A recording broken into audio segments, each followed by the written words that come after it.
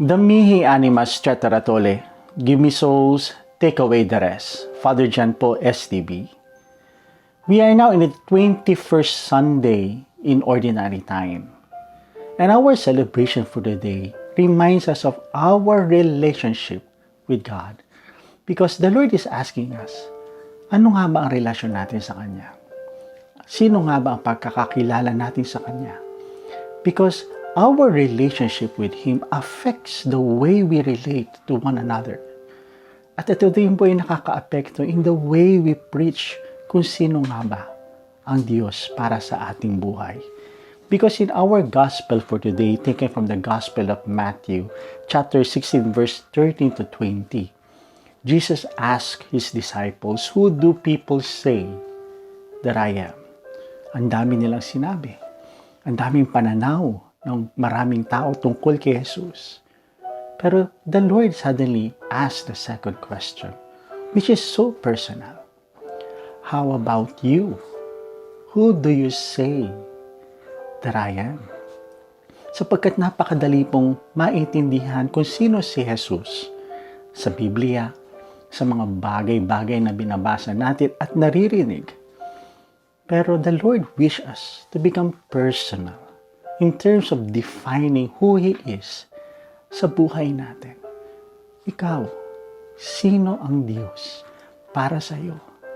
After all the things that you have heard, everything that you have experienced, sino nga ba ang Panginoon, Jesus, sa buhay ng bawat isa? I think this is the message that the Lord is asking us. Because that relationship gives us the power which is so deep that we can preach about Him. Because kung anong sinasabi natin ay hindi lamang po nagmumula sa ating isipan, ngunit nagmumula ito sa ating mga puso. At tulad ng sinabi sa ating unang pagbasa at pangalawang pagbasa, we will be given the power and the keys to open the doors of heaven to our brothers and sisters. Maybe not only through our preaching, but most especially in the way we relate to them. Sapagkat kapag nadama nila ang pagmamahal mo sa kanila, yun ang pagmamahal na ibinabahagi ng ating Panginoon sa kanila. And that will be the answer to our second reading. That indeed, God has given us the key to open the doors of heaven to our brothers and sisters. But we cannot preach or give what we don't have. That's why the Lord is asking us, sino ba ako sa iyo? Sapagkat kung sino ako sa iyong puso, yan yung ibabahagi mo sa iyong kapwa.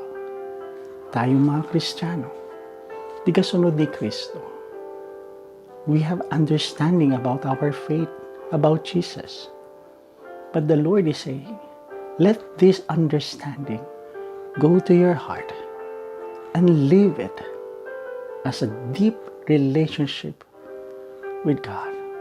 Kung kaya nga napakaganda po na sinabi sa ating Ebanghelyo sa dulo, no? Kung sino patatawarin nyo, mapapatawad. It seems that the Lord is telling, kung anong ginawa ko sa inyo, pagpapatawad ko sa inyo, halinawa. Ganito din ang pagpapatawad, pagsisilbi, at pagmamahal na ibabahagi mo sa iyong kapwa. And through that, you are proclaiming who I am sa puso mo. So once again, my dear friends, God bless us all.